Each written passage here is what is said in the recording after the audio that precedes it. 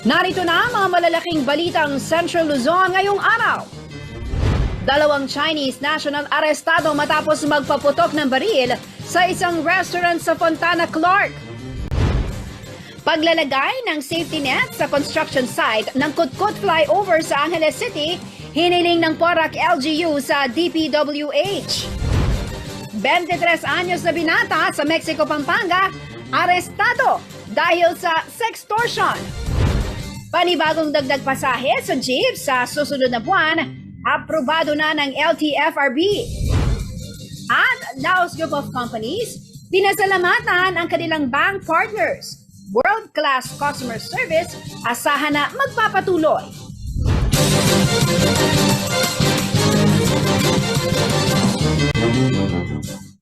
Magandang gabi ka rin yun. Ako po si Jennifer Salenga. Oras na para sa mga maiinit na balitang Central Luzon.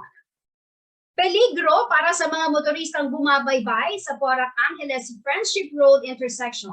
Ang ginagawang Kutkut flyover na walang safety net.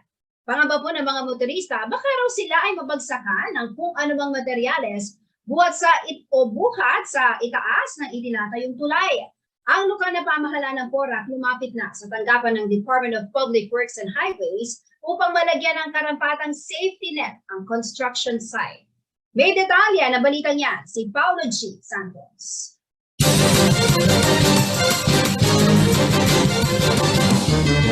Isa sa pinakabalang lugar sa lungsod ng Angeles ay ang intersection ng Porac Angeles Road at Friendship Highway.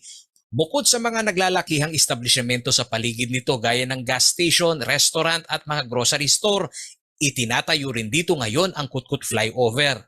Araw at gabi, binabaybay ito ng mga motoristang patungo ng Porac Angeles at sa Clark Freeport. At sa pagpapatuloy ng pagtatayo ng flyover kung saan inilalagay na ang biga na siyang sasalo naman sa flooring ng tulay. Kakaibang takot ang nararamdaman ng mga bumabaybay sa naturang lugar. Kapuna-puna kasi na walang safety net na nakalagay sa construction site kaya posibleng mabagsakan na kung anumang bagay mula sa itaas ng tulay ang mga sasakyan at pedestrian. Sana bigyan nila ng ng proteksyon sa mga kuan, wala silang safety sa mga sasakyan. Lalo na po kami, araw-araw kami nandiyan. Kailangan namin yung safety sa mga driver. Nakakatakot kasi Sir Duman, baka biglang mabagsakan ka ng kung ano-anong mga bagay galing sa taas. Yun. Kaya ingat na lang sa mga motorista. Sana magkaroon sila ng ng mga safety precautions para wala namang madisgrasya. Yun nga sir, dapat pag nagbubuhos sila, nakalagay net para walang madisgrasya sa mga dumadaan. Sana yung nagtatrabaho, dapat mag-harness nila para din sa kanilang kalusugan o kaligtasan sa paggawa sa trabaho. Para lahat safe. Para lahat sila safe. Kasi yung mga katulad, yung mga commuter, medyo naabala din. Katulad yan, wala mga pangarang yan sa daan yung pangarang. Kaugnay nito, sumulat na rin si Porac Mayor Jing Capil kay Department of Public Works and Highways o DPWH District Engineer Arlene Beltran na maglagay ng safety net sa construction site nitong Miyerkules, September 21. Hiling pa ni Capil na suspindihin muna ang construction sa proyekto habang inilalagay ang safety net na magsisilbing protection naman ng mga dumadaan sa ilalim ng ginagawang tulay. Huwebes, September 22, nang daanan ng CLTV News ang naturang proyekto at dito, inabutan namin ang paglalagay na ng safety net. Samantala, sinikap na kuhanan ng panig ng CLTV News ang DPWH hinggil sa issue at sa proyekto, subalit hindi pa sila tumutugon as of 2 p.m. ng September 22. Paulo G. Santos, CLTV News.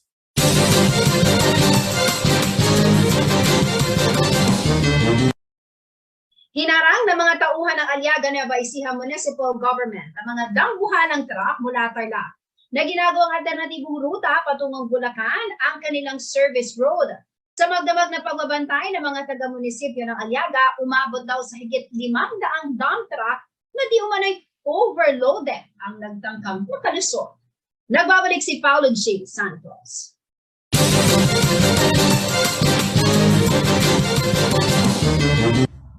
Gabi ng Miyerkules, September 21, makikita sa Facebook post ni Vice Mayor Erwin Habaluyas ng Aliaga, Nueva Ecija ang pagharang sa mga truck na dumadaan sa kanilang service road papasok sa Central Luzon Link Expressway. Dahil sa dami ng mga truck, humaba na ang pila sa kalsada habang nagmamaniobra. Ayon kay Habaluyas, iniwasan ng mga truck ang weighing station sa bayan ng Saragosa.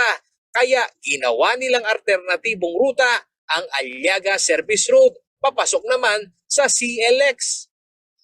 Nung naglagay ng timbangan sa Saragosa, ang ginagawa naman nila, pare, dito naman dumadaan sa may Silex naman. Pare, would you imagine Silex, gawin mong daanan? Hindi pa naman yun fully operational.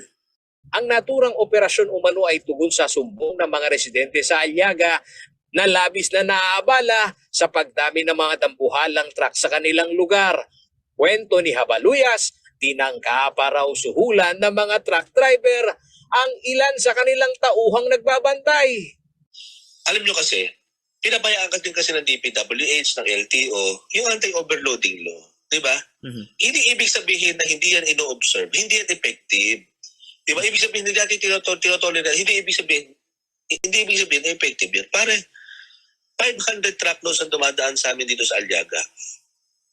Ino-opera yung mga bata namin kagabi ng 500 pesos papasok.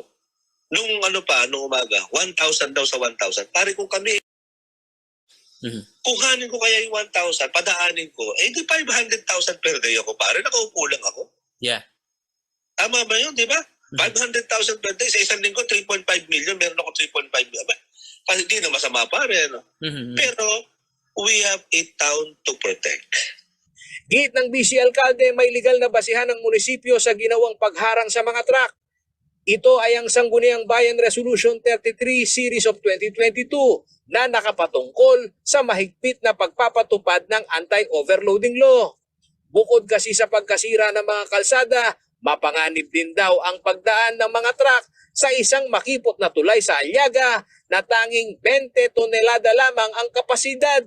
Wala akong problema kung dumaan sa national road. Walang problema dun eh. Kaya lang pare, overloaded trucks. Sira ang kalsada namin.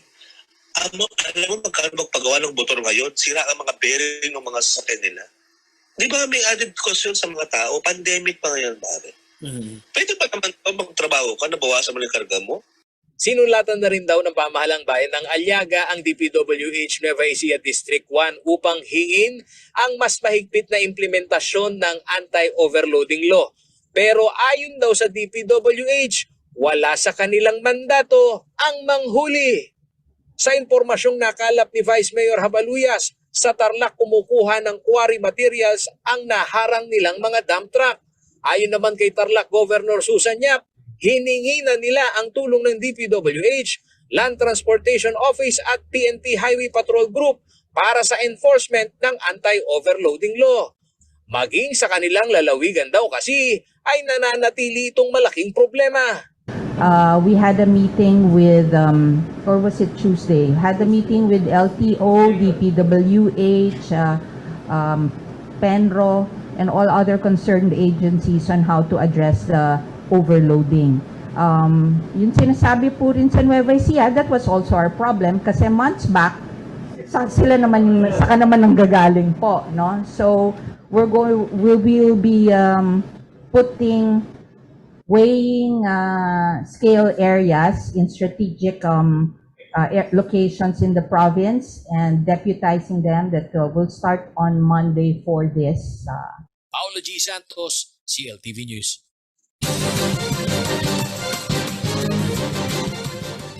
Tiniyak ng Department of Agriculture o DA na sapat ang bigas at karne sa bansa sa pagsapit po ng holiday season.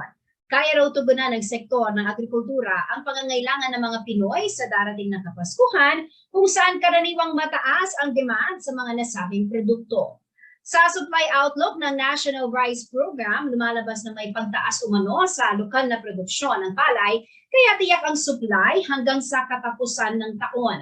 Kinumpirma naman ng Livestock Group ng DA na sapat din ang supply ng mga lokal na karne ng baboy at manok.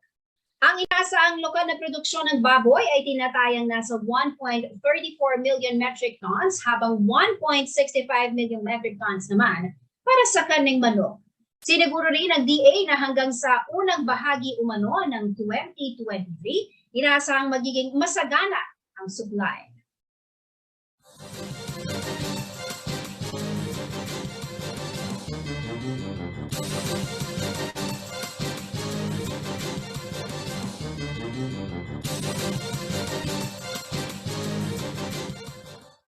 Manatiling nakatutok para sa iba pang mga nangungunang balita ngayong araw.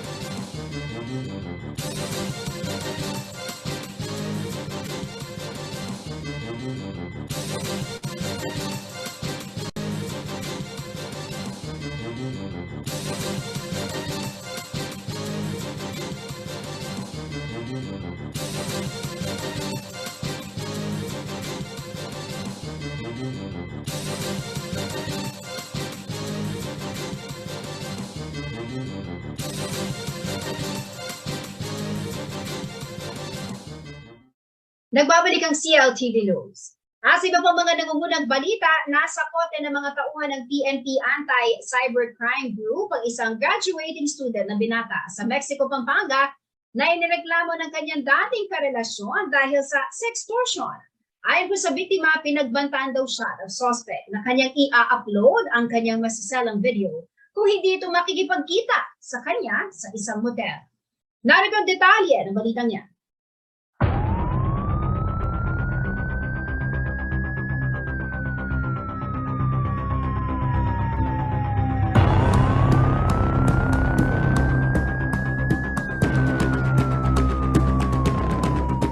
Kuha ang bidyong ito ng PNP Anti-Cybercrime Group sa kanilang operasyon sa isang motel sa bayan ng Mexico, Pampanga, Martes, September 20. Makikita na tila tumatiming ang mga undercover na pulis na nakasuot pang sibilyan sa labas mismo ng kwarto ng motel. Maya-maya pa ay pinasok na ng mga otoridad ang nasabing kwarto at dito inabutan ng lalaki na suspect sa sextortion at ang kanyang dating kasintahan na biktima.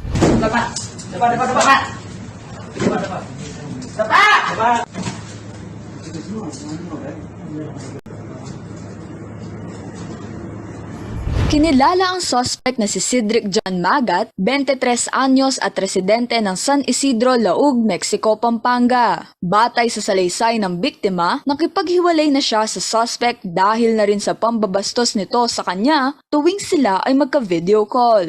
Nanliliit na raw ang biktima sa mga pinapagawa ni Magat tuwing sila ay magka-virtual sex gaya na lamang ng pamimilit nito sa dalaga na magpasok ng sipilyo sa kanyang ari habang nakarecord ang video. Nagdesisyong magsumbong sa mga otoridad ang biktima matapos siyang pagbantaan ni Magat na ipagkakalat niya ang kanyang masiselang video sa social media kung hindi ito makikipagkita. Nahaharap ngayon ng suspect sa kasong paglabag sa Article 286 o Grave Coercion, RA 9262 at RA 9995.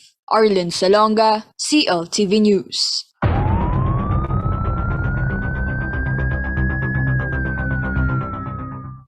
Arestado ang dalawang Chinese national matapos magpaputok ng baril sa isang restaurant sa Fontana sa Clark Freeport Zone, Pampanga. Napag-alamang hiniram lamang mula sa kanilang security aid ang handgun na pinaputok ng lasing na Chinese national sa hindi pa alam na kadahilanan.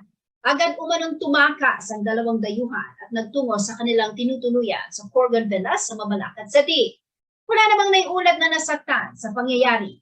Kinilala ang narestong suspect na sina Lao He at Yin Lang na ngayon nasa kustudiya na ng CIDG Pampanga. Parating sa amin is itong Chinese national is nagiinom doon sa restaurant na yun sa loob ng Fontana. Apparently, base doon sa footage, inabot ng Filipino protective agent yung baril sa kanya. And then minutes later, pumutok yung baril.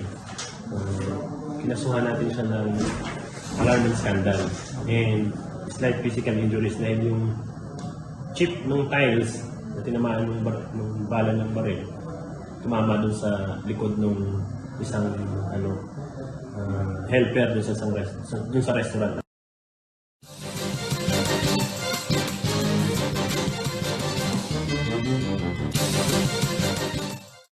Nakadakdang magsagawa ng surprise inspection at random drug testing sa mga terminal at super ng pampublikong sasakyan ang Land Transportation Office sa mga darating na araw. Bahagi raw ito ng pagtitiyak ng ahensya sa kaligtasan ng mga babiyahe sa darating na holiday season.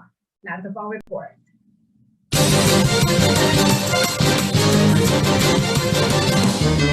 Ngayong papalapit na ang Pasko, mas paiigtingin na raw ng Land Transportation Office o LTO ang pagsasagawa ng nationwide terminal inspection at random drug test sa mga tsuper ng mga Public Utility Vehicle o PUV. Ang naturang hakbang ay alinsunod sa Section 15 ng Republic Act No. 10586 o ang Anti-Drunk and Drug Driving Act of 2013. Sa datos ng Law Enforcement Service Anti-Drunk and Drug Driving Enforcement Unit ng LTO, umabot na sa 558 road crash incidents ang naitala sa buong bansa mula Enero hanggang August 2022. 128 sa mga kasong ito ay naitala nitong buwan ng Agosto. 476 naman ang bilang ng mga nagpositibo sa alcohol intoxication. 17 katao ang nasawi habang 281 ang sugatan sa mga road crash. Batay sa batas, ang lisensya ng mga sangkot sa drunk driving o yung mga driver na nagpositibo sa alcohol intoxication ay isa sa ilalim sa alarm and preventive suspension sa loob ng 90 days, habang naghihintay ng administrative sanction at mga kaukulang parusang ipapataw. Sa ilalim ng Section 5 ng Republic Act 10586 o Anti-Drunk and Drug Driving Act of 2013, labag sa batas ang pagmamaneho ng sasakyan habang nasa impluensya ng alkohol at droga. Kaya naman paalala ng LTO sa publiko, huwag uminom ng alak kung planong magmaneho ng sasakyan para matiyak ang kaligtasan ng mga pasahero, pedestrian at ng ibang motorista. Karen Maurilio, CLTV News.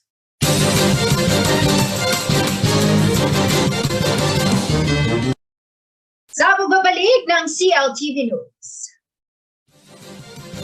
mga traffic enforcer ng LGU, pinagbawanan ng DILG na mangupista ng lisensya. Panibagong dagdag pasahe sa jeep sa susunod na buwan, aprobado na ng LTFRB. At pagbabawa sa mga di umunay submersibong aklat sa paaralan, inaasahang babawiin na ng KWF. Manatili na katutok at magbabalik ng CLTV News.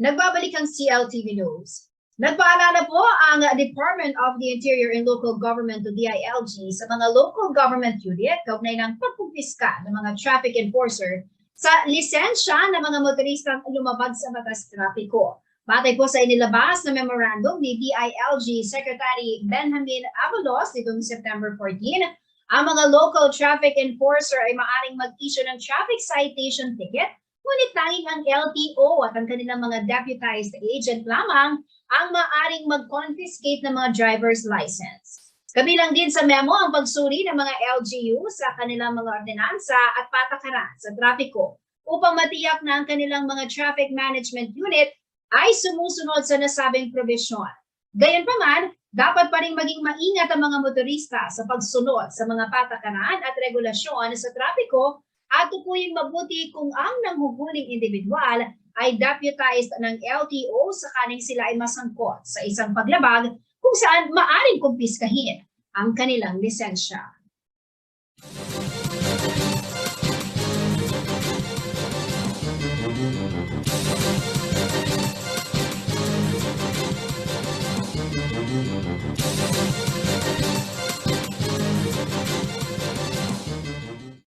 Dahil sa patuloy na pagtaas ng presyo ng diesel at ng mga pangunahing bilihin, inaprubahan na ng Land Transportation, Franchising and Regulatory Board o LTFRB ang panibagong dagdag pasahe para sa mga public utility jeepney simula po sa susunod na buwan. Kung magkano ay tinaas at kung sapat nga ba ito para kina Mamang Chuper? Alamin natin sa ulat ni J.M. De Jesus.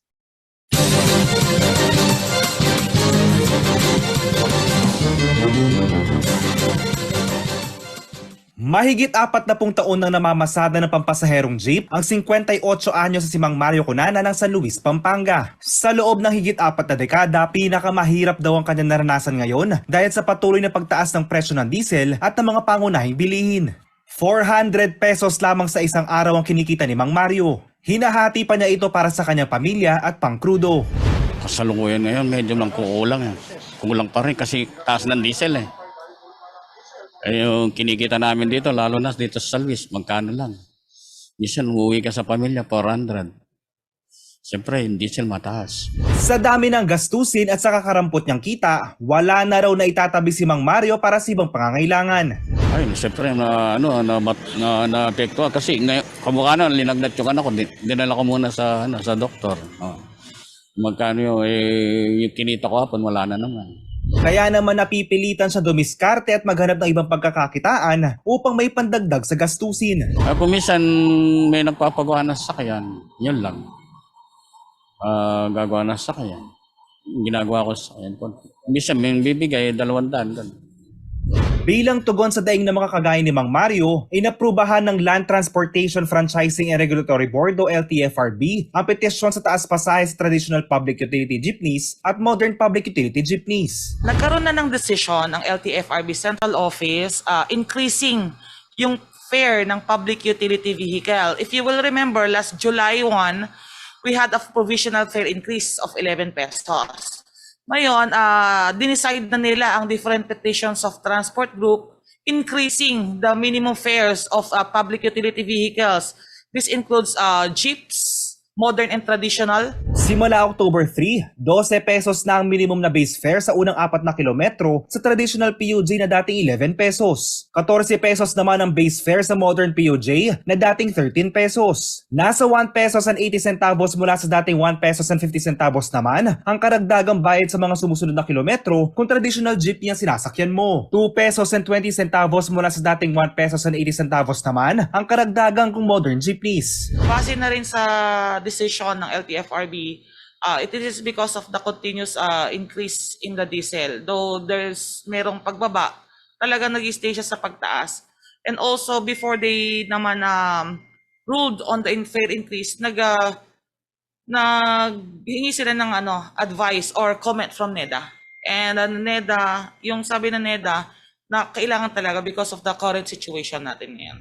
Mahigpit na paalala ng LTFRB, sa ika-3 ng Oktubre pa lang ito maaari patupad at may karampatang parusa ang hindi susunod. Paalala lang namin despite October 3 at kung wala silang fare matrix yung bagong fare matrix na nakapaskil sa kanilang mga sasakyan, hindi sila pwedeng maningil ng bago. So they have to secure a copy of the fare matrix here and should be displayed conspicuously doon sa loob ng mga public utility vehicles na nakikita ng mga pasahero. Hindi naman makuhang indahin ng ilang pasahero na nakaambang pagtaas ng pamasahe kahit sila mismo ay hirap na din. Opo, ayos naman po. Kasi po, may tinutulungan din po silang family, may pinag-aaral din po sila, so kailangan po nilang maghanap buhay. Ay, wala kaming magagawa, talagang ganyan. Hindi hirap ng buhay. Pero kung sana tutusin, mahirap ang buhay, wag na sana. Bumaba ang bilihin, ganyan. Lalong tumataas Wala.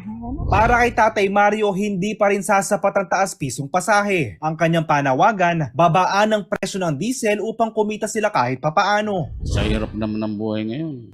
Kahit yung taas na ngayon pisong pamasahe, kulang pa yun, di ba? Dahil sa taas ng diesel. Siguro kung bababa yung diesel sa 40 pesos, siguro pwede na kami medyo lumaban ng konti. JM De Jesus, CLTV News.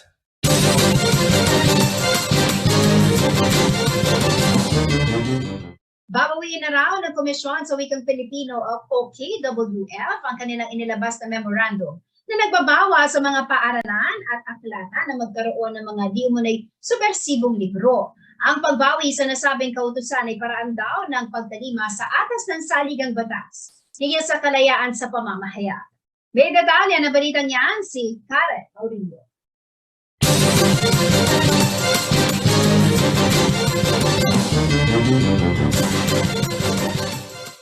Babawiin na raw ng Komisyon sa Wikang Filipino o KWF ang kautosang nagbabawal sa mga paaralan at aklatan na magkaroon ng ilang libro na naglalaman umano ng subversibong konteksto. Matatandaang noong August 9 nang maglabas ng memorandum ang komisyon na tuluyang nagbabawal sa mga aklat na may nilalamang politikal, subversibo at mga akdang nanghihimok o nag-uudyok na labanan ng pamahalaan at sa lahat ng kauring teksto. Labag rin umano sa Section 9 ng Republic Act 11479 o ang Anti-Terrorism Act of 2020 ang mga libro o anumang material na nag-uudyok na gumawa ng di umano'y terorismo. Ilan sa mga librong pinaratangang subversibo at kontra-gobyerno ay ang Teatro Political 2 ni Malu Jacob, Kalatas, mga kwentong bayan at kwentong buhay ni Romel B. Rodriguez. Tawid diwa sa pananagisag ni Bienvenido Lumbera. Ang bayan, ang manunulat at ang magasing sagisag sa imahinatibong yugto ng Batas Militar 1975 to 1979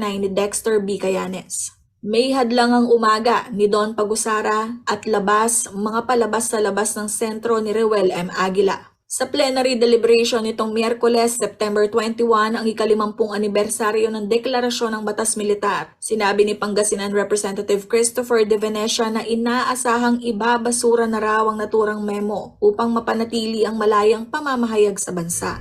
There is a commitment to rectify this wrongdoing and to rescind the said resolution so that our cultural agencies, including the Komisyon ng Wikang Filipino, will continue to be bastions of freedom of expression here in the country. Ang desisyon umano na bawiin ng banay mula kay KWF Chairperson Arthur Casanova. According to the chairman, the developments on this board resolution is so much that 3 of the commissioners had already retracted their signatures. So there are just 2 that are left, which does not constitute a majority, which really renders it, moot and academic. Samantala, inaasahang magpupulong ang KWF board sa September 24 upang talakayin ang issue. Matatanda ang kinalampag ng ilang grupo at maging ang ilang mambabatas ang naturang kautusan dahil nilalabag umano nito ang karapatan sa malayang pagpapahayag. Karen Maurilio, CLTV News.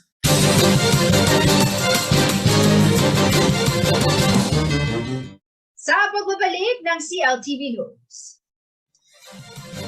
Laos Group of Companies, pinasalamatan ang kanilang bank partners. World-class customer service, asahan na magpapatuloy. Manatiling nakatutok at magbabalik ng CLTV News.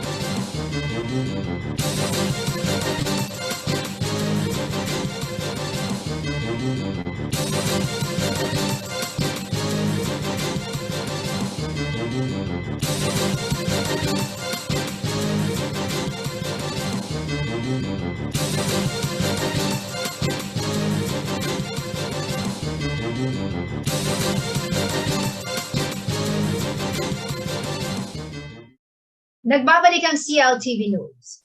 Isang launch ang hinost ng Laos Group of Companies para po sa kanilang mga bank partners itong Miyerkules, September 21.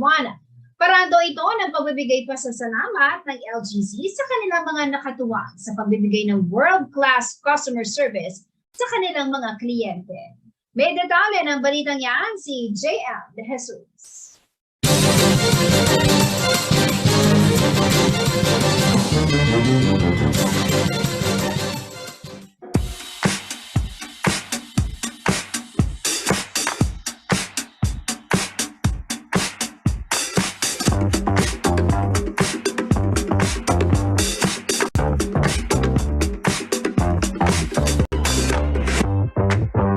Matapos ang 2 taon na pagpapaliban buhat ng pandemya, muling idinaos ng Laos Group of Companies ang Let's Celebrate Train nitong Miyerkules, September 21, 2022. Ang Let's Celebrate Train na nasa ika-4 na edisyon ay isang programa na sinimulan ng yumaong Laos Group of Companies founder na si Levi P. Laos. Paraan ito ng kumpanya upang pasalamatan at bigyang pagpapahalaga ang kanilang mga bank partners mula Northern at Central Luzon. We celebrated Bankers Day to show our warmest and sincerest thankful or gratitude to our bank partners. They are supporting Laos Auto Group through all out the year, pre-pandemic, during pandemic, and up to this day. They are very, very supportive to us. Layon din na naturang lansyon na higit na paigtingin ang partnership ng Laos Group sa mga bangko na kanilang katuwang sa paghahatid ng world-class customer service sa mga kliyente. We all know naman na every Filipino's dream is to own his own car and his own house. So si Laos Group together with our bank partners, we share a goal of helping make this dream of the Filipino come true, yung owning a car. So that's how important yung partnership namin with the banks. This event is actually for our bank partners, because we truly value yung support nila sa Laos Group. So this event we made for them. It's the first time face-to-face after the last Celebrate Rain 3.0, which was way back August 2019, if I'm not mistaken. Tiniyak naman ng mga bank partners ang patuloy na pakikipagtulungan sa Laos Group para makaagapay ng sino mang magnanais magkaroon ng sariling sasakyan. Nagpasalamat din sila sa Laos Group dahil sa walang sawang suporta nito sa kanila sa kabila ng pandemya. On behalf of Maybank, I need to thank Laos Group for giving us the opportunity to work together as a business partner. And Laos Group is one of the biggest group in the Philippines. And I'm sure we are going to be able to work together moving forward to greater height with more business from Laos, and we will support Laos with the banking needs that Laos Group need. Samantala, hindi umano matatapos ang pasasalamat ng Laos Group of Companies sa lahat ng mga naging instrumento upang maibigay ang mahusay na serbisyo para sa mga Pilipino. So we thank our bank partners for supporting the Laos Group. So we also thank them for gracing us in this event. JM De Jesus, CLTV News.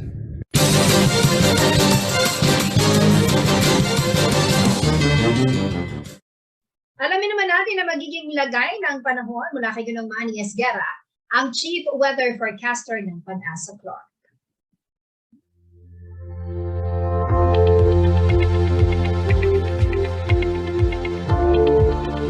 Narito po magiging taya ng panahon sa susunod na 24 oras. Kanina po ika-3 ng umaga ay namataan po ang isang low pressure area at ito po ay tinatayang nasa layong 1,265 kilometers dyan po sa may silangan ng Central Luzon. Samantala, southwest monsoon na habagat pa rin po nakakaapekto, especially po dito sa may western section ng Central at Southern Luzon. Samantala po meron po tayo isang active tropical cyclone sa labas po ng PAR at ito po ay namataan sa layong 1,070 775 kilometers dyan po sa may silangan, hilagang silangan ng extreme northern Luzon. Maliit naman po ang tsansa nito na pumasok sa PAR, pero ganun pa man po ay posibleng tumulong po siya sa paghila ng habagat. Nagtataglay po siya ng lakas na hangin ngayon na umaabot ng 45 kilometers per hour malapit sa gitna at pagbugso na umaabot ng 55 kilometers per hour. Ito po ay kumikilos pa hilagang kanluran sa bilis na 25 kilometers per hour. Samantala po ang LPA po na nabanggit ay posible pong tawirin niya ang Northern Luzon hanggang weekend. So ngayon po ang Metro Manila po at nalalaming bahagi ng bansa kasama na po ang Pampanga. Magiging bahagya hanggang sa kuminsan ay magiging maulap din po ang papawirin.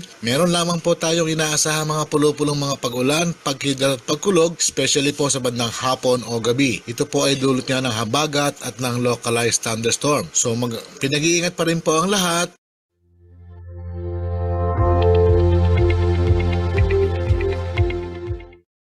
At yan ang mga balitang nakalap ng CLTV News. Para po sa karagdagang detalye, maaari niyong i-follow ang aming social media pages, Facebook at CLTV36 Official and at CLTV36 News, Twitter at CLTV36, Instagram at CLTV36 Official. Kung nais mo rin niyo balikan ang mga programa ng CLTV, pwede niyo bisitahin ang aming YouTube channel at CLTV36 Official at ang aming website www.cltv36.tv. Mapapanood din po ang mga programa ng CLTV nationwide via Signal Channel 115 at sa ating 39 cable partners. Kasama po ang pagbarsa ng CLTV News and Current Affairs. Ako po si Jennifer Sanenga. Maraming salamat po.